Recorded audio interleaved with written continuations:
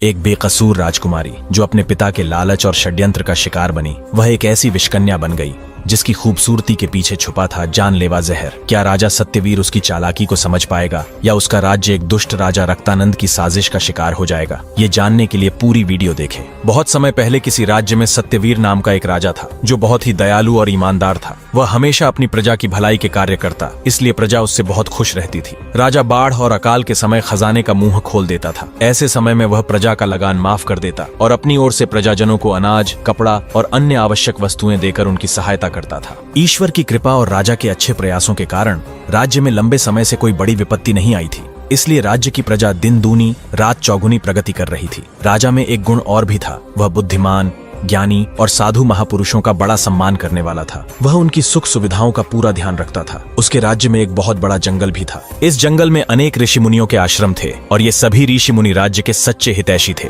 ये लोग राज परिवार के साथ साथ प्रजाजनों के होनहार बच्चों को भी अपने आश्रम में रखकर शिक्षा देते थे और शेष समय में तप करते थे। सभी ऋषि मुनि राजा से बहुत प्रसन्न रहते और ईश्वर से प्रार्थना करते थे कि राजा सत्यवीर और उसका राज्य सभी दैवी प्रकोपों से बचा रहे और खूब फले फूले।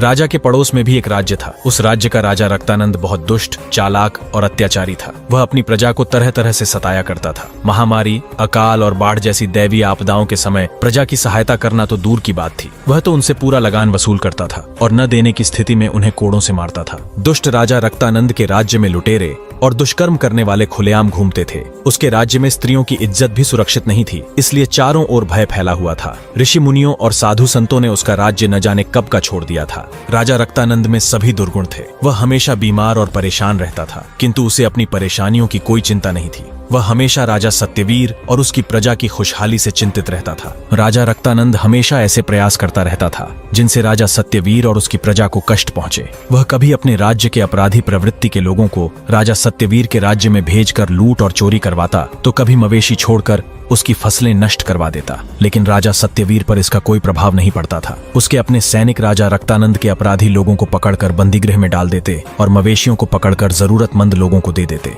इस प्रकार राजा रक्तानंद राजा सत्यवीर और उसकी प्रजा को परेशान करने के लिए अनेक प्रयास कर चुका था, परंतु अब तक उसके सभी प्रयास व्यर्थ गए थे। एक बार राजा रक्तानंद ने राजा सत्यवीर के राज्य पर आक्रमण करने का विचार भी बनाया, लेकिन वह इसके लिए हिम्मत नहीं जुटा पाया। रक्तानंद की प्रजा उससे डरती अवश्य थी, किंतु मन ही मन उससे घृणा करती थी। उसके राज्य के कर्मचारी और सैनिक भी उसके प्रति विश्वास योग्य नहीं थे।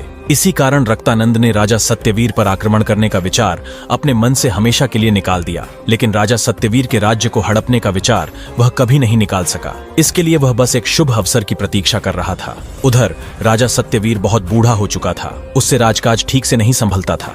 उसका एक बेटा था जिसका नाम था चंद्रकेतु, जो अपने पिता की ही तरह नेक, परोपकारी और धर्मप्रिय था। राजकुमार की आयु 20 वर्ष की हो चुकी थी। उसने राज्य के ज्ञानी और ध्यानी ऋषि मुनियों से सभी प्रकार की विद्याएं सीख ली थीं और वह अब राज्य के कार्य कुशलता पूर्वक करने योग्य बन गया था। एक बार राजा सत्यवीर गंभीर रूप से बीमार पड़ गया। उसकी बीमारी बहुत बढ़ गई और उसके बचने की कोई आशा नहीं रही। राज्य भर के हकीमों और वैद्यों ने उसका इलाज किया, किंतु सफलता नहीं मिली और अंततः एक दिन उसकी मृत्यु हो गई। राजा सत्यवीर की मृत्यु के बाद उसके बेटे को नया राजा बनाया गया। नया राजा सभी प्रकार से नेक, परोपकारी और प्रजा का हितैषी था, इसलिए राज्य में किसी को कोई परेशानी नहीं हुई और राजकार्य पहले की ही तरह सुगमता से चलता रहा। राजा चंद्रकेतु का अभी तक विवाह नहीं हुआ था। उसके पिता ने सोचा था कि जैसे ही राजकुमार की शिक्षा पूरी हो जाएगी, वह किसी अच्छी, सुंदर और सुशील राजकुमारी से उसका विवाह कर देगा और राजपाट उसी को सौंप देगा। लेकिन राजकुमार की शिक्षा पूरी होते ही राजा सत्यवीर गंभीर रूप से बीमार पड़ गया और कुछ ही समय बाद उसकी मृत्यु हो गई। राजकुमार की माता, जो बहुत सीधी सादी और सरल स्वभाव की महिला थी,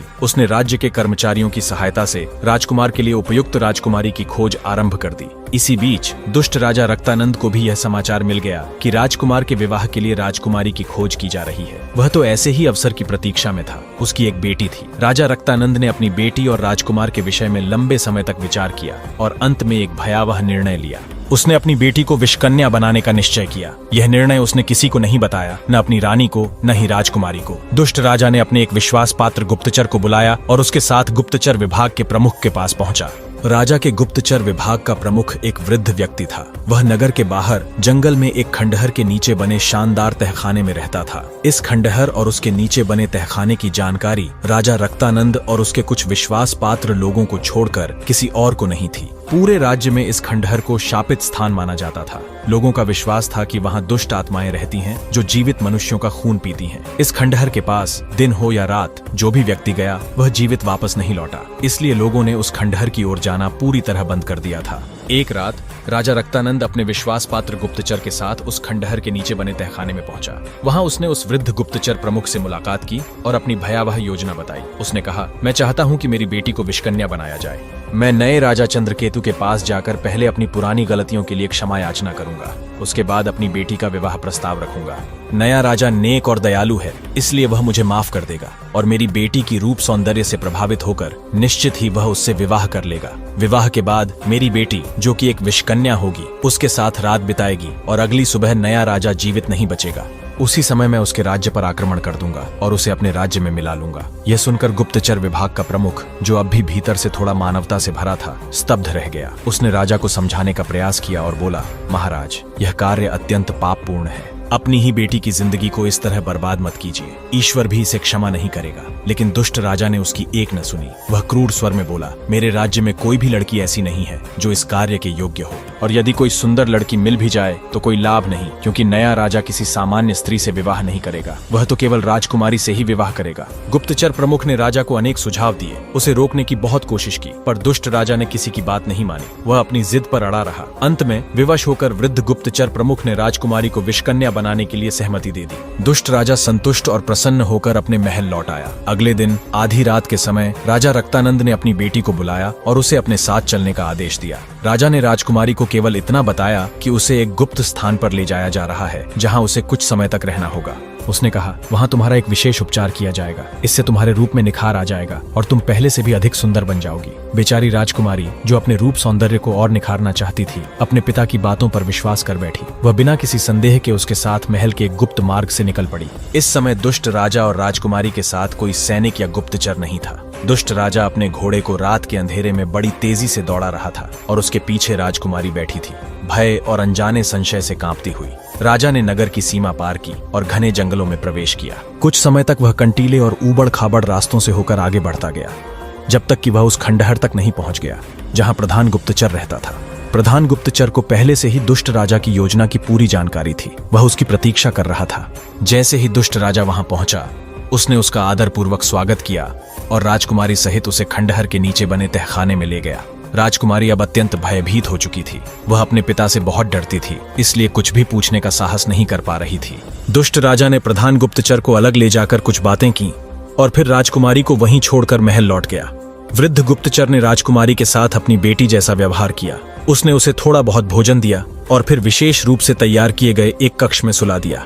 अगले दिन से राजकुमारी को विषकन्या बनाने का कार्य आरंभ हो गया। पहले उसे साधारण प्रकार के विष दिए गए, इसके बाद धीरे धीरे उसे तेज असर वाले विष दिए जाने लगे और हर दिन उनकी मात्रा बढ़ा दी गई। राजकुमारी को आरंभ में विष लेने के बाद बड़ी बेचैनी होती थी। उसके शरीर में आग सी पैदा हो जाती थी और उसे लगता था कि उसका सिर फट जाएगा। कई बार तो उसे विष देने के बाद उल्टियां भी हुई, लेकिन धीरे धीरे सब सामान्य होता गया और कुछ समय बाद विष लेना राजकुमारी की आदत बन गई। उसे विष मिलने में थोड़ा सा भी विलंब हो जाता तो वह बेचैन हो उठती। यह सब लगभग 8 माह तक चलता रहा। इसके बाद विषक कन्या तैयार करने का दूसरा चरण आरंभ हुआ। राजकुमारी के लिए खतरनाक घातक विष वाले नाग सांप मंगवाए गए और उनका विष निकालकर उसे दिया जाने लगा। यह क्रम लगभग 2 माह तक चला। राजकुमारी इतनी विषैली हो चुकी थी कि उस पर नाग के विष का कोई प्रभाव नहीं पड़ता था। एक दिन एक नाग को राजकुमारी के सामने लाया गया। सुबह का समय था। राजकुमारी नाग को देखकर पहले तो कुछ डरी, लेकिन कुछ ही पलों में सामान्य हो गई। अब वृद्ध प्रधान गुप्तचर के कहने पर उसने अपना मुंह खोला और जीभ बाहर निकाल दी। उसी क्षण नाग ने उसकी जीभ पर पूरी ताकत से फन पटक कर डसा। सांप को शायद पहले से ही जीभ पर डसने का अभ्यास कराया गया था। राजकुमारी के शरीर में आग सी जल उठी और उसका सिर फटने लगा। वह लहराई और जमीन पर लेट गई। वृद्ध गुप्तचर ने उसे एक बिस्तर पर लिटाया और पास खड़ा उसे देखता रहा। राजकुमारी अचेत नहीं थी। वह नाग के विष के नशे में थी। आज उसे बहुत आनंद आ रहा था। दुनिया को भयानक दिखने वाला नाग उसे बड़ा प्यारा लग रहा था। वह नशे की स्थिति में दोनों आंखें बंद किए नाग के साथ खेलती रही। वह सांप को पकड़ती, सांप उसे काटता और वह उसे छोड़ देती। राजकुमारी यह स्वप्न पूरे दिन और पूरी रात देखती रही। अगले दिन जब राजकुमारी उठी तो वह सामान्य स्थिति में थी। वह स्नान करके वृद्ध प्रधान गुप्तचर के पास पहुंची। वह नाग पहले से मौजूद था। पिछले दिन की तरह सांप ने राजकुमारी की जीभ पर फिर से डसा। राजकुमारी पहले की तरह नशे में अचेत होकर गिर पड़ी, लेकिन इस बार उस पर सांप के विष का कम प्रभाव पड़ा और रात होते होते वह होश में आ गई। सांप का विष लेना धीरे धीरे उसकी आदत बन गया। यह क्रम 2 माह तक चलता रहा। इसके बाद राजकुमारी के सौंदर्य वर्धन के प्रयास आरंभ हो गए। उसके लिए तरह तरह की जड़ी बूटियों के लेप तैयार किए गए और मानव रक्त तथा गद्दी के दूध की व्यवस्था की गई। राजकुमारी को प्रतिदिन पहले जड़ी बूटियों का लेप लगाया जाता, इसके बाद मानव रक्त से और फिर गद्दी के दूध से स्नान कराया जाता था। अंत में नाग से डसवाकर सुला दिया जाता था। राजकुमारी पर अब नाग के विष का अधिक प्रभाव नहीं पड़ता था। वह 1-2 घंटे उसके विष के नशे में रहती और फिर सामान्य हो जाती। कुछ ही समय में यह स्थिति भी समाप्त हो गई और राजकुमारी नाग के साथ इस प्रकार खेलने लगी मानो वह बच्चों का खिलौना हो। राजकुमारी को खंडहर के नीचे बने आरामदायक तहखाने में रहते रहते लगभग 1 वर्ष हो चुका था। इस बीच उसे विष लेने के साथ ही साथ और भी बहुत कुछ सिखाया गया था। उसे संगीत, गायन और नृत्य की शिक्षा दी गई। मदीना पीने का भी अभ्यास कराया गया। इसके साथ ही साथ उसे पुरुषों को मोहित करने की कला का भी प्रशिक्षण दिया गया। इन सब चीजों ने राजकुमारी का पूरा जीवन ही बदल दिया था। राजकुमारी अब पहले जैसी राजकुमारी नहीं रह गई थी। अब उसका रूप और सौंदर्य पहले से कई गुना बढ़ गया था और उसकी आंखों में गजब की सम्मोहन शक्ति पैदा हो गई थी। राजकुमारी की सुंदर आंखें इस प्रकार हो गई थीं कि यदि कोई उसकी आंखों में देख लेता तो फिर अपनी आंखें हटा नहीं सकता था। इतना ही नहीं, उसकी आंखों की सम्मोहन शक्ति इतनी प्रबल थी कि वह अपनी शक्ति के बल पर धीरे धीरे सामने वाले व्यक्ति को नियंत्रित कर सकती थी। एक दिन राजकुमारी वृद्ध प्रधान गुप्तचर के कक्ष में बैठी सांप के विष की प्रतीक्षा कर रही थी। सांप को लाने में विलंब के कारण वह कुछ अशांत दिखाई दे रही थी। कुछ दिन पहले एक नाग की मृत्यु हो गई थी और दूसरा नाग कुछ सुस्त दिखाई दे रहा था। कुछ समय बाद एक सेविका सांप लेकर आ गई। सांप को थैले से बाहर निकाला गया और राजकुमारी के मुंह के पास लाया गया। सांप ने राजकुमारी की ओर देखा और अपना फन पीछे कर लिया। उसे देखकर ऐसा लग रहा था मानो वह राजकुमारी से भयभीत हो। समय पर विष न मिलने के कारण राजकुमारी की बेचैनी क्रोध में बदल गई। उसने दोनों हाथ बढ़ाकर सांप को पकड़ लिया और उसे काट डाला। एक आश्चर्य हुआ, सांप तड़पा और मर गया। पास खड़े प्रधान गुप्तचर ने यह देखा तो उसकी आंखों में चमक आ गई। राजकुमारी पूरी तरह विषकन्या बन चुकी थी। उसके विष के प्रभाव से ही नाग की मौत हुई थी। वास्तव में राजकुमारी की सांसें तक इतनी घातक हो चुकी थीं कि उसके विष के प्रभाव से किसी की भी मृत्यु हो सकती थी। प्रधान गुप्तचर ने यह शुभ समाचार दुष्ट राजा के पास भेजा। दुष्ट राजा ने जब यह सुना कि उसकी बेटी सफल विषकन्या बन गई है तो वह अत्यंत खुश हुआ। उसने समय बिल्कुल नष्ट नहीं किया और अगले दिन आधी रात के समय प्रधान गुप्तचर के पास जाकर राजकुमारी को महल में ले आया। उसने एक दिन पहले ही राजकुमारी के महल में बड़े ही गुप्त ढंग से 1 दर्जन नाग, सांप और अन्य आवश्यक चीजों की व्यवस्था कर दी थी। दुष्ट राजा ने विषकन्या बनी राजकुमारी के विषय में किसी को नहीं बताया था, इसलिए राजकुमारी से किसी को भी मिलने नहीं दिया गया। अभी तक रानी अपनी बेटी, राज परिवार और सभी लोगों को यह बता चुकी थी कि राजकुमारी कुछ विशेष प्रकार के प्रशिक्षण लेने के लिए 1 वर्ष के लिए दूर देश गई हुई है। अब राजकुमारी के आ जाने के बाद उससे मिलने पर लगे प्रतिबंध से उसकी असलियत कभी भी खुल सकती थी और दुष्ट राजा की घातक योजना का भंडाफोड़ हो सकता था। इसलिए दुष्ट राजा ने शीघ्र ही राजकुमारी का विवाह करने का निश्चय किया।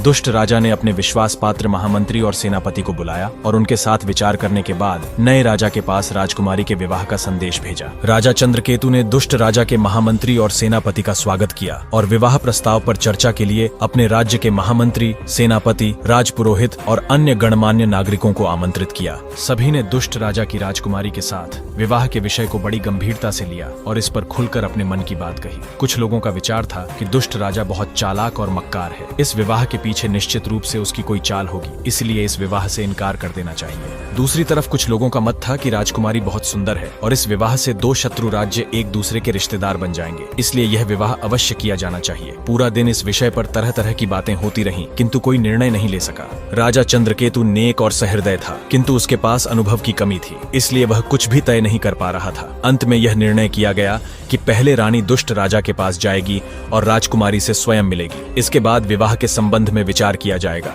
राजा चंद्रकेतु ने दुष्ट राजा के महामंत्री और सेनापति को इस निर्णय से अवगत करा दिया और उन्हें सम्मान के साथ विदा किया। दुष्ट राजा को राजा चंद्रकेतु का यह निर्णय अच्छा लगा। उसे राजकुमारी के गुणों के विषय में प्रधान गुप्तचर ने सब बता दिया था, इसलिए दुष्ट राजा अपनी बेटी को राजा चंद्रकेतु की रानी माँ को दिखाने के लिए तैयार हो गया। उसने राजकुमारी के महल के पीछे के बाग को बहुत अच्छी तरह साफ कराया और उसकी सजावट कराई।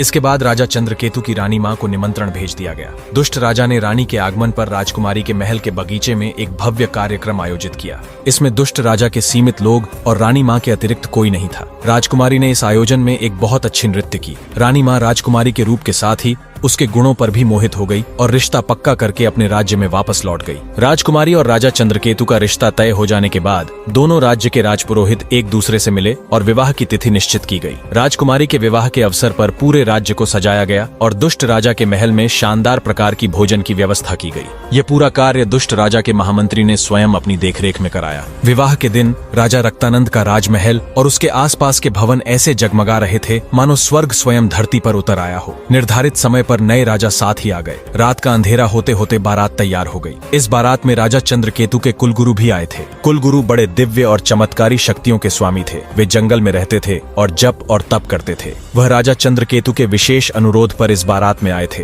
कुलगुरु के पास एक पालतू भेड़िया था जो उनके साथ हमेशा रहता था। इस बारात में भी कुलगुरु का भेड़िया उनके साथ आया था। राजा चंद्रकेतु की बारात बड़ी शानदार थी। आगे आगे राजा घोड़ी पर सवार था और उसके पीछे गुलाबी पगड़ी पहने सजदे धजे बाराती थे। दुष्ट राजा ने बाराती का बड़े प्रसन्न मन से स्वागत किया। आज वह बहुत खुश था। उसके मन की मुराद पूरी होने वाली थी। बारात के स्वागत सत्कार की व्यवस्था राजकुमारी के महल के बगीचे में की गई थी। यहाँ एक शानदार मंडप सजाया गया था। बारात के स्वागत सत्कार के बाद एक खुले मंच पर राजा चंद्रकेतु को बिठाया गया। इसी समय वरमाला लिए हुए राजकुमारी आ गई और दूल्हा बने राजा की ओर धीरे धीरे बढ़ने लगी। राजा के पास उसके कुलगुरु अपने भेड़िए के साथ खड़े थे जो बड़े ध्यान से राजकुमारी की ओर देख रहे थे। राजकुमारी दृष्टि नीचे किए हुए थी, इसलिए कुलगुरु कुछ समझ नहीं पा रहे थे, किंतु उन्हें राजकुमारी कुछ असामान्य दिखाई दे रही थी। उसी समय राजकुमारी ने दृष्टि ऊपर की। वह राजा चंद्रकेतु को देखना चाहती थी, किंतु उसकी दृष्टि राजा चंद्रकेतु के स्थान पर कुलगुरु से जा टकराई। राजकुमारी की दृष्टि मिलते ही कुलगुरु की समझ में सब कुछ आ गया। हमेशा शांत रहने वाले कुलगुरु के चेहरे पर कुछ क्षणों के लिए तनाव के लक्षण उभर आए। उन्होंने पल भर में ही एक कठोर निर्णय ले लिया। राजकुमारी राजा चंद्रकेतु के बहुत निकट आ गई थी और उन्हें जयमाला पहनाने ही जा रही थी। अचानक कुलगुरु ने अपने भेड़िए को संकेत दिया। भेड़िया अपने स्थान से उछला और सीधा राजकुमारी की छाती पर सवार हो गया। राजकुमारी भेड़िए के आक्रमण को सह नहीं सकी और घबराकर जमीन पर गिर पड़ी, लेकिन वह तुरंत संभल गई। उसने जयमाला फेंकी और भेड़िए का सिर पकड़कर अपनी गर्दन में भर लिया। इसके बाद जो कुछ भी हुआ उसे देखने वाले देखते ही रह गए। भेड़िया जमीन पर पड़ा था और विष के प्रभाव से उसके मुंह से झाग निकल रही थी। वह कुछ पल तड़पा और फिर शांत हो गया। राजकुमारी अब पूरी तरह संभल चुकी थी। उसे राजा चंद्रकेतु के कुलगुरु पर बड़ा क्रोध आ रहा था। इसी कुलगुरु के भेड़िए ने उस पर आक्रमण किया था, इसलिए वह फुफकारती हुई कुलगुरु की ओर बढ़ी। कुलगुरु के पास ही रक्षक खड़ा था। उसने कुलगुरु की जान खतरे में देखी तो वह राजकुमारी पर झपटा। राजकुमारी क्रोध में थी। उसने रक्षक का भी वही हाल किया जो कुलगुरु के भेड़िए का किया था। इन दो मौतों से दोनों पक्षों के लोगों की समझ में आ गया कि राजकुमारी विषकन्या बन चुकी है। वे दुष्ट राजा की दुष्टता से पहले से ही परिचित थे। उन्होंने अच्छी तरह समझ लिया कि दुष्ट राजा ने राजा चंद्रकेतु के राज्य को हड़पने के लिए यह षड्यंत्र रचा था। राजकुमारी का क्रोध 7वें आसमान पर पहुंच चुका था। उसने मुस्कुराते हुए कुलगुरु की ओर देखा और उनकी ओर झपटी। तभी कुलगुरु का दाहिना हाथ ऊपर उठा और वह कुछ बुदबुदाए। अचानक फिर एक चमत्कार हुआ और राजकुमारी झाड़ी जैसे एक छोटे से पौधे में बदल गई। इस पौधे पर सुंदर फूल खिले हुए थे। दुष्ट राजा और उसके साथियों ने राजकुमारी की यह स्थिति देखी तो उन्होंने भयंकर रूप धारण करके कुलगुरु पर आक्रमण कर दिया। कुलगुरु अभी भी शांत खड़े मुस्कुरा रहे थे। उन्होंने अपनी दिव्य शक्ति से दुष्ट राजा और उसके साथियों को कांटेदार बबूल जैसे वृक्ष और झाड़ियों में बदल दिया। इस प्रकार दुष्ट राजा और उसके साथियों का आतंक समाप्त हो गया। उसकी प्रजा ने सुख और चैन की सांस ली और कुलगुरु को प्रणाम करके उनसे अनुरोध किया कि राजा चंद्रकेतु उनके राज्य की बागडोर संभाल ले। राजा चंद्रकेतु अभी तक कुलगुरु के पास खड़ा आश्चर्य से सब देख रहा था। उसकी समझ में सब आ गया था। आज कुलगुरु ने उसके साथ ही उसके राज्य की भी रक्षा की थी। उसने कुलगुरु को प्रणाम किया और उनकी आज्ञा से दुष्ट राजा के राज्य को अपने राज्य में शामिल कर लिया। कहते हैं कि राजकुमारी के शरीर के सभी अंगों में विष भरा था, इसलिए कंध के सभी अंग, फूल, पत्तियां, जड़ आदि विषैले होते हैं। इस प्रकार दुष्ट राजा का षड्यंत्र अपने ही षड्यंत्र में फंस गया। एक बेकसूर राजकुमारी जो अपने पिता के लालच और पाप का शिकार बनी, अंततः एक पौधे का रूप लेकर धरती पर अमर हो गई। उस विषकन्या की देह में भरे जहर ने ही उसे कंधल नामक पौधे का रूप दिया, जिसके हर अंग में आज भी वही घातक विष भरा हुआ है।